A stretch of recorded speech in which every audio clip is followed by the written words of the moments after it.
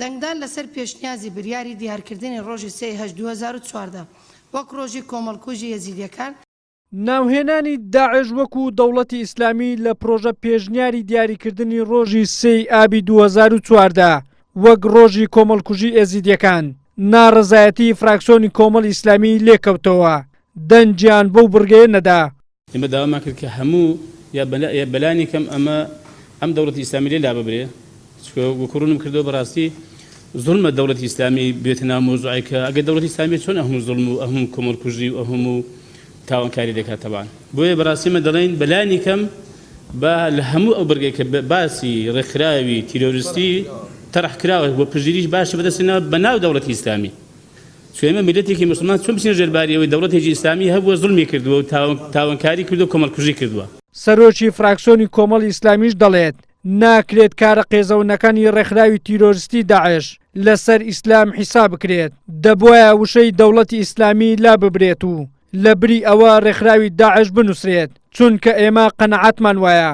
دەوڵەتی ئیسلامی کاری تیرۆریستی ناکات ڕێکخراوی تیرۆریستیش هەرگیز ناتوانێت دەوڵەتی ئیسلامی دروست بکات بۆیە تۆمەتبارکردنی دەوڵەت و دەوڵەتەکەش ناوی ئیسلامی پێوە بێت بە ئەنجامدانی کاری تیرۆریستی و نانەوەی کاولکاری ستەمە لە ئیسلام و میلەتی خۆشمان.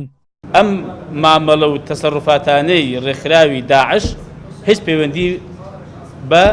دەوڵەتی ئیسلامیەوە نییە بۆیە ئێمە بەڕاستی دژی ئەمە بووین و بەڕاستیش پێم سەیرە ینی زۆرینەیەک 35 دەنگ ئێمە کە پێشتر هێندێک 27 دەنگ تقریبان ئێمە لەگەڵ ئەو بین کە بەناو دەوڵەتی ئیسلامی بنووسرێ بەناوەکەی بۆ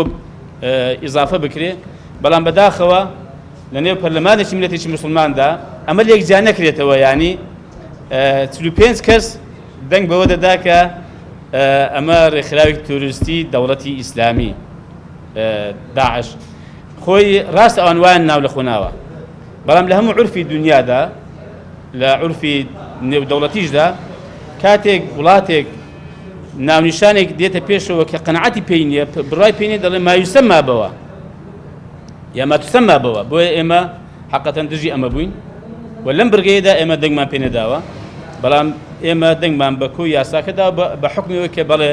کۆمەڵکوژی بووە بەڵێ زوڵمیان لێکراوە بڵێ چەوسێنرانەوە و کۆمەڵێک تاوانیان بەرامبەر ئەنجام درراوە بەڵام باڕای گشتمە بزانێ ئمە پێچەوانەی ئەمە بووین تێبینیش کەشمان هەبوو لە یاساکەدا بەڕاستی